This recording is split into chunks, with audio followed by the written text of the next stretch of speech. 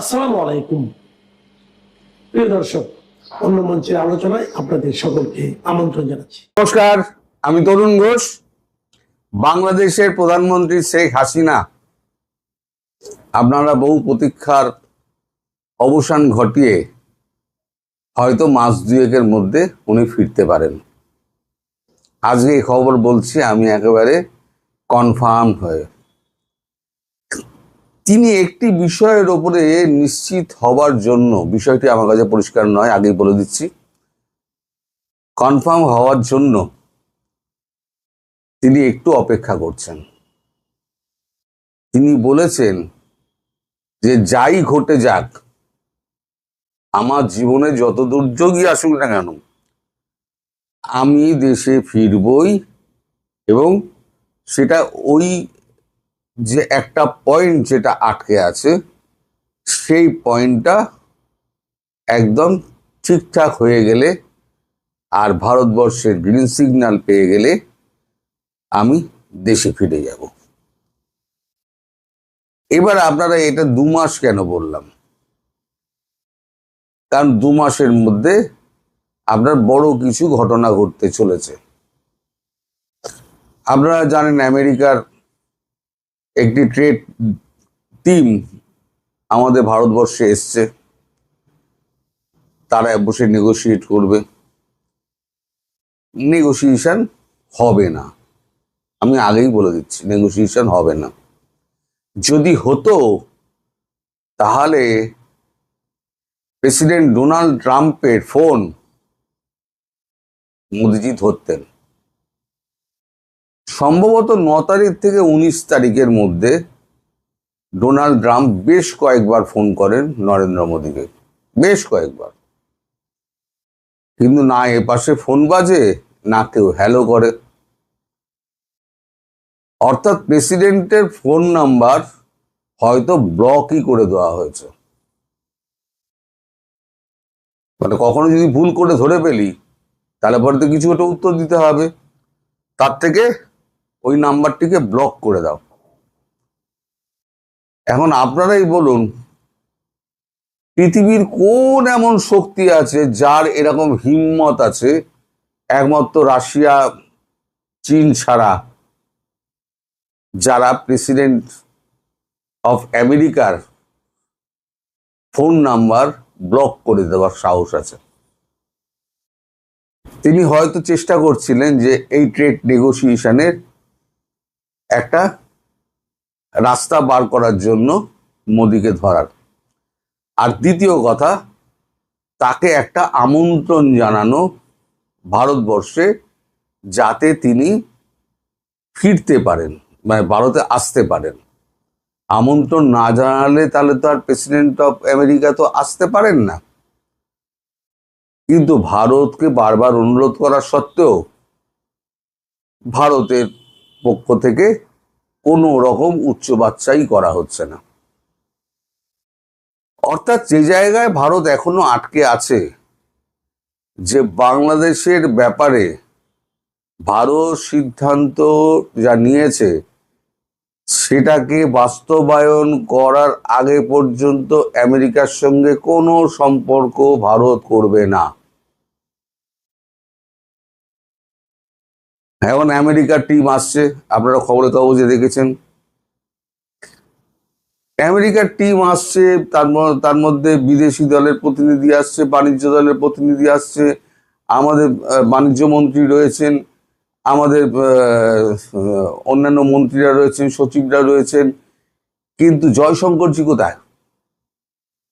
তিনি গিয়ে বসে আছেন শুধু সাইপ্রাসে।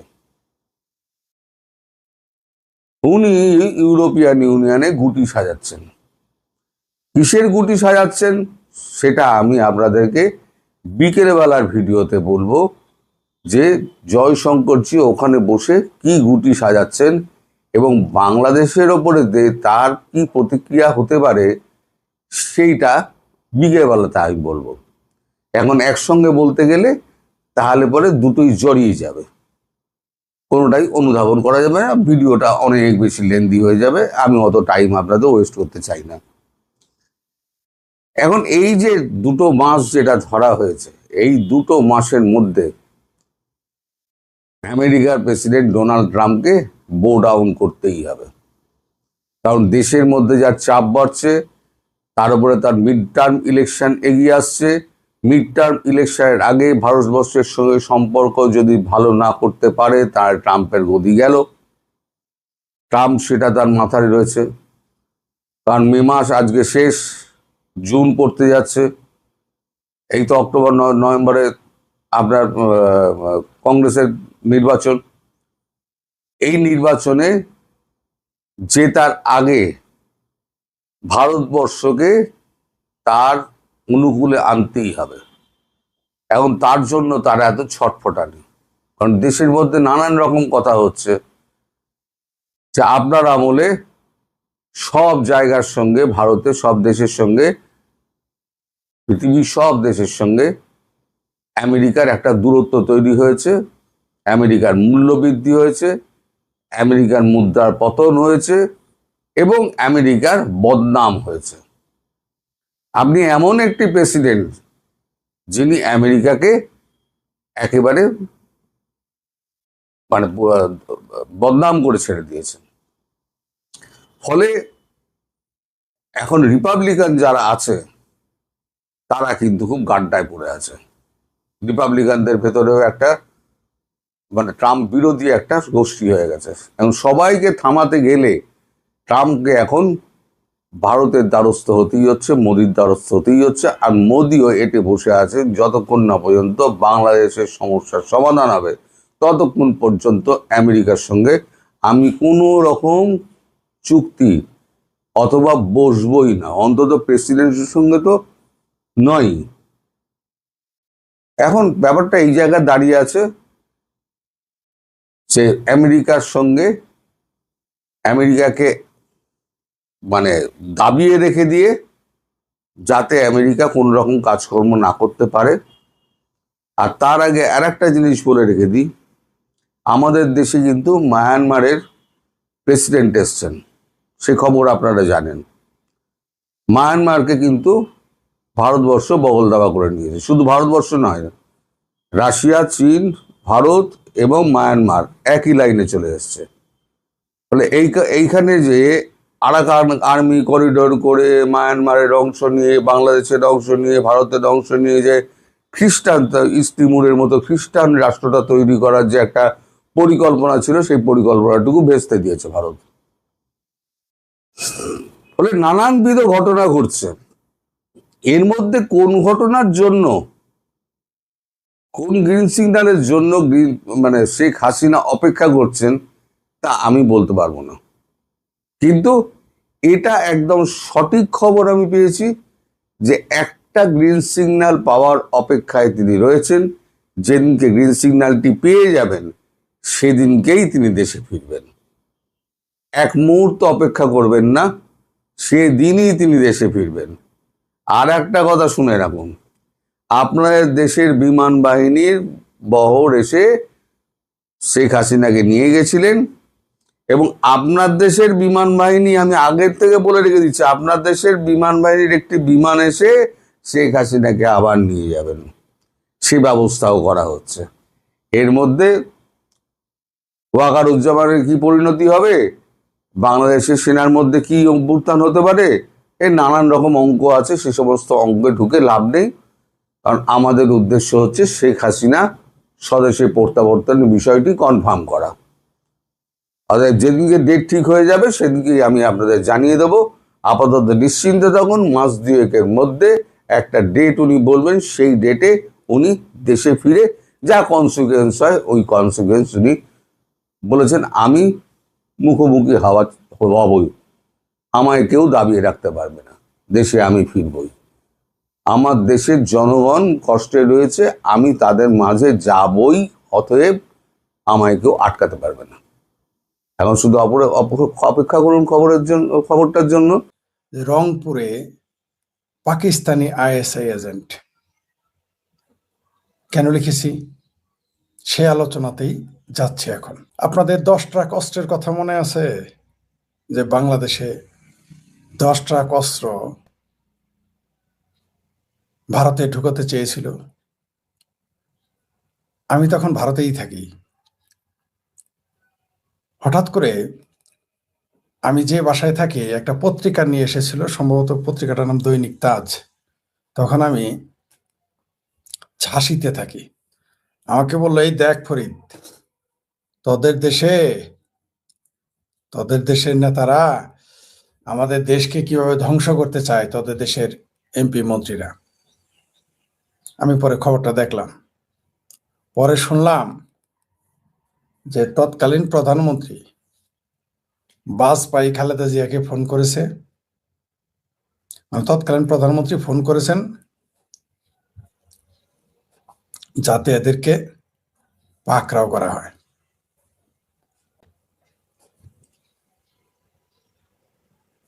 এবং যথারীতি তাদের সেই 10 ট্রাক অস্ত্র মামলা আটকে যায়। তো এই 10 ট্রাক অস্ত্র মামলাতে নির্ঘাত তৎকালীন প্রধানমন্ত্রী, আমার এই মুহূর্তে কত সাল কিছুই মনে নাই আমার, আমি তখন ঝাঁসিতে থাকি এটা মনে আছে। তৎকালীন ওই আমি যে বাসায় থাকি সেই বাসার মালিক আমাকে দেখাচ্ছিল যে প্রধানমন্ত্রী ফোন করে এগুলো আটকিয়ে দিয়েছে খালেদা জিয়াকে ফোন করে। যাই হোক, সেটা অন্য বিষয়। সেখানে আইএসআই জড়িত ছাড়া তো সম্ভব নয়, কারণ বাংলাদেশের মানুষের বুদ্ধিতে এতটুকু ঢুকবে না যে ভারতে 10 ট্রাক অস্ত্র খালেদা জিয়ার আমলে ঢোকাবে। এই আকল তাদের হবে না। ইচ্ছা আছে কিন্তু এই আকল নাই। এই আকল কে দিয়েছে? পাকিস্তান, কোনো সন্দেহ নেই। বাংলাদেশে যত আকাম কুকাম দেখেন, ছাত্রদল, ছাত্রলীগ, এমনকি ছাত্রদল, ছাত্রদলে ছাত্রলীগ, ছাত্রলীগে বিএনপি, আওয়ামী লীগ, এমনকি বিএনপি, আওয়ামী লীগে, এর পিছনে দেখবেন জামাত জড়িত। এটা আপনাদের আমি বারবার বলে আসছি, এটা আমার গবেষণা। এদের ইন্ধন যোগায়, এবং ইন্ধন যোগাইতে যোগাইতে আজকে তারা কিন্তু বিরোধী দলে ষড়যন্ত্র করে হলেও আসছে। এটাই তাদের কৌশল। তারা জানে ভোটে তারা কোনোদিন ক্ষমতা আসতে পারবে না, ষড়যন্ত্র করে আসতে হবে। যাই হোক, সেটা অন্য প্রসঙ্গ। এইবার আসি পাকিস্তানি আইএসআই এর এজেন্ট কেন বললাম, তার কারণটা বলি আপনাকে কেন বলছি। প্রথমত, কোন ব্যক্তি, আচ্ছা আগে ঘটনা বলি। একজন ব্যক্তি বিনা হেলমেট একটা বাচ্চা সামনে নিয়ে, পাঞ্জাবি পরা দেখবেন, যাচ্ছে, তাকে আটকিয়েছে আইন শৃঙ্খলা বাহিনী। তারপর তার কাছে হেলমেটের কথা জিজ্ঞেস করে, বলে যে বাচ্চাদের যে হেলমেট লাগে এটা আমি জানতাম না। তখন এই আমাদের আইন শৃঙ্খলা বাহিনী বলে, ইয়ে নয়া বাংলাদেশে, ঠিক আছে, মুঝে মাফ কর দো, এইরকম বলেছেন তিনি। তারপরে কি বললেন যে ড্রাইভিং লাইসেন্স দেন। বলে যে আমার ড্রাইভিং লাইসেন্স নাই। তারপর বললো গাড়ির মোটরসাইকেলের, আপনার বাইকের কাগজ দেন। বললো যে নেই।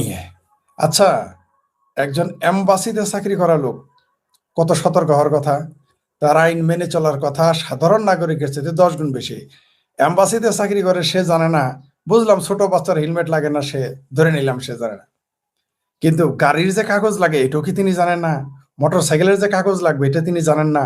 ড্রাইভিং লাইসেন্স লাগবে তাও তিনি জানেন না? দাল মে কুছ তো কালা হায়। কে এই পাকিস্তানি ব্যক্তি? সে কি বলেছে যে আমি পাকিস্তানি এম্বাসিতে চাকরি করি।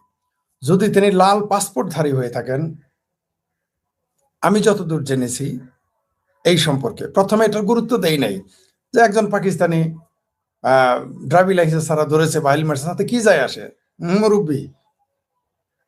বেশ কয়েকজনের সাথে আলোচনার পর বুঝতে পারলাম এটা ছোটখাটো বিষয় না, বা আরো যে তথ্য নিলাম তাতে দেখলাম বিষয়টা খুবই গুরুত্বপূর্ণ। আপনি যদি, অর্থাৎ কোনো ব্যক্তি যদি অফিসিয়াল হয়ে থাকে, অর্থাৎ লাল পাসপোর্টে বাংলাদেশে ঢুকে, তাহলে তার তাহলে তার তাহলে তার গাড়ি নাম্বার থাকবে দ দিয়ে শুরু, দ সিরিয়াল নাম্বার যাই, তারপর সিরিয়াল দিবে দ সিরিয়ালে, এবং হলুদ রং হবে। আর যদি সে অফিসিয়াল হয়ে থাকে, লাল পাসপোর্ট নিয়ে এসে থাকে, তাহলে তার গাড়ির আগে থাকবে তারপরে নাম্বার। তার তো কোনোটাই নাই। তাহলে তিনি কে? একজন লিখেছেন, সেইখানে কমেন্টস করেছেন, যেই লোকটাকে আমি রংপুর আসা যাওয়া করতে দেখেছি, তার মানে আরো কয়েকবার দেখেছে।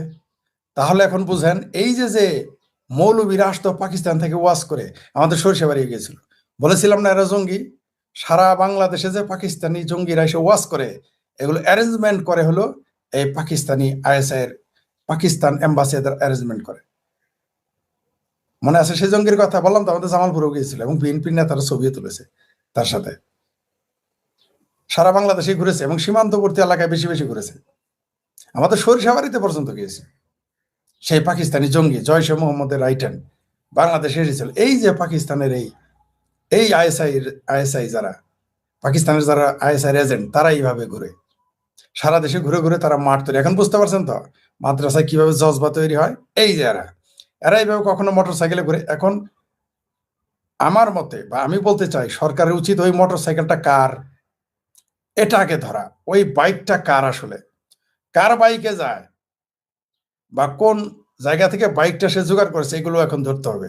অর্থাৎ বাংলাদেশি তার যে সহকারী, তার মানে একটা ধরা পড়েছে যে কোনো লাইসেন্স ছাড়া, গাড়ির নাম্বার ছাড়া, ড্রাইভিং লাইসেন্স ছাড়া সে চলতে থাকে। তার মানে এই যে হাতিকে যারা মেরেছে এরা কারা? এই আইএসআই এজেন্ট, নিশ্চিত থাকেন এরাই মেরেছে বা এরাই মারিয়েছে, হত্যা করিয়েছে। তারপরে এই যে জুলাই সন্ত্রাসের সময় যে গোলাগুলি দেখলেন, যেগুলোর দায় শেখ হাসিনা, আওয়ামী লীগ, ছাত্রলীগের ওপর চাপিয়ে দেওয়া হলো, এই যারাই করেছে। এদের মোটর সাইকেলের কাগজ লাগে না, লাইসেন্স লাগে না, চালায় চলতে থাকে। আরে ভাই, নিজের দেশের মানুষই তো চলতে পারে না, পাকিস্তানের লোক কিভাবে চলে? সে বলেছে সে পাকিস্তান এম্বাসিতে চাকরি করে। সরকারের উচিত এখনই তাকে, জানি এই মুসলেকা সরকার তো ধরবে না, কারণ এই মুসলেকা সরকারকে টিকিয়ে রেখেছে আইএসআই। এই মুসলেকা সরকারকে টিকিয়ে রেখেছে, তার অন্যতম শেয়ার হোল্ডার হলো এই পাকিস্তান। তার জন্য তাকে কিছু বলবে না। কিন্তু এটা যদি ভারতের হইতো, তখন ধরেন ভারতের একজন ব্যক্তি এইভাবে লাইসেন্স ছাড়া ঘুরতেছে, ভারতের হাই কমিশন এতক্ষণ ভারতীয় হাই কমিশন জ্বালাই দিত, পুরে দিত, মিছিল বাইতুল মোকাররম হয়তো, সিংকু বামেরা মিছিল করতো, তারা শাহবাগ গরম করতো, তারপর আপনার বাইতুল মোকাররমের গরম করতো মৌলবীরা, দাড়ি টুপিওয়ালা বামেরা, আর দাড়ি টুপি ছাড়া বামেরা এই বাইতুল মোকাররমের উল্টা দিক থেকে পল্টন থেকে গরম করে ফেলতো। কিন্তু এটা ভারত ধরা পড়ে নাই, তাই কারো জজবা এখন আর জাগতেছে না। অন্যের জজবা কি বলবো, আমি তো বুঝতে পারিনি যে এটা এত গুরুত্বপূর্ণ বিষয়। তার উপর তাদের এখন জজবা জাগবে না, কারণ এটা পাকিস্তান ধরা পড়ছে। তাই এখন বক্করবর্তী যারা আছে, সিংকুবাম মিঙ্কুবাম, বসু মসু পশু, কারো চেতনা জাগে না। কিন্তু এটা যদি ভারতীয় হইতো, রাশিয়ান হইতো, এতক্ষণ দেখতেন মিছিল মিটিং এ পুরো বাংলাদেশ কাবাই ফেলতো, মসজিদে ওয়াজ হইতো, মইম্বরে খারায় জুম্মার নামাজ পড়া বাদ দেখে এটা বলতো এই যে ভারতের র চলে আসছে। কিন্তু এখন যে পাকিস্তানে আইএসআই এজেন্ট ঘুরতেছে, তাকে আর কেউ ধরার কথা বিবেচনা করতেছে না। কারণ আব্বার দেশের, কারণ এই দেশটা এখন পূর্ব পাকিস্তান হয়ে গেছে।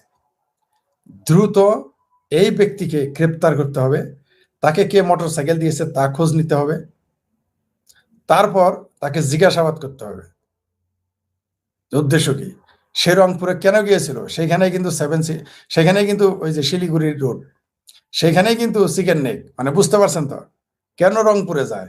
কারণ রংপুরে জামাতকে এস্টাবলিশ করতে হবে। রংপুরে জামাত, এখন বুঝতে পারছেন তো রংপুরে যে জামাতের আসন কেন বেশি। এবার বুঝতে পারছেন তো সীমান্তবর্তী অঞ্চলে কেন এত মাদ্রাসা হয়। এখন বুঝতে পারতেছেন তো তুরস্ক, সৌদি আরব ভায়া পাকিস্তান টাকা বাড়ায়, কখনো সরাসরি বাড়ায় এই মাদ্রাসা বানানোর জন্য। কারণ একটা মাদ্রাসা মানে একটা মিনি পাকিস্তান। এই সীমান্তবর্তী অঞ্চলে এত মাদ্রাসা হয় কেন, কি কারণে? দালমে কুস্ত কালা হয়, ঢাকার ভিতরে গিজ গিজ করে ব্যাঙ্গের ছাতার মতো মসজিদ মাদ্রাসা কেন, কি কারণে? আমরা এগুলো বুঝি। 1% জমি মায়ের পেটের বইনের ছাড়ে না, 1 ইঞ্চি, 1% দূরের কথা, 1 ইঞ্চি 2 ইঞ্চি জমি ভাইয়ের ছাড়ে না, মসজিদের জন্য জায়গা দিয়ে দেয়, মাদ্রাসার জন্য জায়গা দিয়ে দেয়। দালমে কুস্ত কালা হায়, এগুলো বুঝবেন। এখন বলতেছি ভালো লাগতেছে না। আফগানিস্তানের মতো যখন নিজের সন্তান বিক্রি করা শুরু করবেন, পাকিস্তানের মতো যখন প্রত্যেক জুম্মাবারে মসজিদ উড়ে যাবে, তখন বুঝবেন আমার কথা, ঠিক আছে? এর আগে আপনারা বুঝবেন না, কারণ নির্বোধ যারা তাদের কখনো বোঝানো যায় না। যাই হোক, এইবার আসি একে ধরার পরে মন্তব্য কি কি করেছে বাঙ্গুরা, একটু শুনেন। যেখানে ভিডিওটা দিয়েছে শুনেন কি কি মন্তব্য। হ্যাঁ, এই যে পুলিশ তাকে আটকিয়েছে, একজন বাঙ্গু মুসলমান, ওই যে তালিবাস ও অন্তস্থাকের হাদির ছবি লাগানো, দেখলাম তার কমেন্টসকারীর শাওয়া হাদির ছবি লাগানো। সে লিখেছে লীগের আমলে নিয়োগপ্রাপ্ত। আলাপ শুনছেন? মানে পুলিশ একজন পাকিস্তানিকে জিজ্ঞেস করছে, আটকিয়েছে, এর জন্য সে লীগের আমলে নিয়োগপ্রাপ্ত। মানে ওর আব্বা, এই যে শাওয়া হাদিদের মুরিদের আব্বা। পাকিস্তান যদি বাংলাদেশে, এদের জন্য কোনো আইন চলবে না। এখানে আবার 22 জন কমেন্টস করেছে। দেখেন, অদ্ভুত ব্যাপার এলো, এইখানে আবার লাইক দিয়েছে, ওই কথা লীগের আমলে পুলিশ ওখানে লাইক দিয়েছে 253, অবশ্য হাহা দিয়েছে 74। দেখেন, চিন্তা করে দেখেন বাংলাদেশের মানুষ। হ্যাঁ, এই যে তবে একজন বলেছে খুব সুন্দর যে বাবার অনিয়ম ধরা খাইছে তাই জ্বলে। হ্যাঁ, আরেকজন লিখেছে বাবার জন্য জ্বলবে সন্তান, এটাই স্বাভাবিক। আরেকজন লিখেছে পাকিজ বীজ, ঠিক আছে, মোটামুটি শিক্ষা দিয়ে দিছে, আরে জ্বলে, যাই হোক, তোদের আব্বা লাগে তাই জ্বলে, যাই হোক। এই দেখেন আরেকজন লেখেন, এই বেটা নিশ্চয়ই পাকিস্তান বিরোধী, এই জন্যে এইরকম করেছে, এখানে 71 আনতে হবে, মানে 71 শব্দ শুনলেই পেয়ারা পাকিস্তানিদের চলে। ওই যে দেখছেন না জামাতে ক্যাপ্টেন বাতেন, 71 শব্দ শুনলে শয়তান যেমন আউযুবিল্লাহি মিনাশ শাইতানির রাজিম বলে দৌড় মারে, আজান দিলে নাকি শয়তানের বদবায়ু ত্যাগ করতে করতে পালায়। 71 মুক্তিযুদ্ধ, বঙ্গবন্ধু, জয় বাংলা শব্দ নিলেই দেখবেন যে পেয়ারা পাকিস্তানি ও তাদের পোলাপানদের শরীরে জ্বলা শুরু করে, এটাই স্বাভাবিক। আরেক বদমাইশ একটু ই করে লেখছে, হ্যাঁ, আরেকটু বদমাইশ, মানে ডাইরেক্ট লেখে নাই যে পেয়ারা পাকিস্তানিদের কেন আটকাইলে আমার আব্বা লাগে, লেখছে বিদেশিদের সম্মান করা উচিত, তাহলে তারাও আমাদের দেশকে সম্মান করবে। মানে